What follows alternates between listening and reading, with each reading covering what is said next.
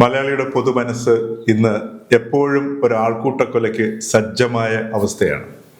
അതിൻ്റെ ഉദാഹരണമാണ് മാധ്യമ ശ്രദ്ധ പിടിച്ചു പറ്റിയ ഏതെങ്കിലും ഒരു കേസിലെ പ്രതിയെ പോലീസ് തെളിവെടുപ്പിന് കൊണ്ടുവരുമ്പോൾ നാം കാണുന്നത്. വളരെ ബുദ്ധിമുട്ടിയാണ് ആൾക്കൂട്ടത്തിനിടയിൽ നിന്ന് ആ പ്രതിയെ പോലീസ് തിരികെ കൊണ്ടുപോകുന്നത്. അതേപോലെ തന്നെ കോടതിയിലേക്ക് കൊണ്ടുവരുമ്പോഴുമൊക്കെ ഇത് ഓരോ മലയാളിയുടെയും മാനസികാവസ്ഥയായിട്ട് മാറിക്കൊണ്ടിരിക്കുന്നു. അതുപോലെ ഈ ആൾക്കൂട്ട ആക്രമണ മാനസികാവസ്ഥയെ പ്രോത്സാഹിപ്പിക്കുന്ന സമീപനത്തെ അറിഞ്ഞോ അറിയാതെയോ മുഖ്യധാരാ മാധ്യമങ്ങളും പ്രോത്സാഹിപ്പിക്കുന്നു.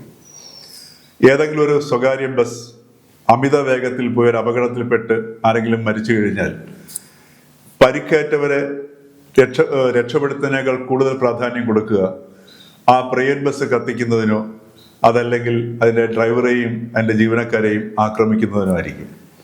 എന്നിട്ട് ഇത് ആ ഒരു രോഷത്തിൻ്റെ, ആ സ്വകാര്യ ബസ്സിൻ്റെ വേഗതയ്ക്കെതിരെയുള്ള ഒരു രോഷത്തിൻ്റെ ഭാഗമായിട്ട് ഇതിനെ മാധ്യമങ്ങൾ ഉയർത്തിക്കാട്ടുകയും ചെയ്യും.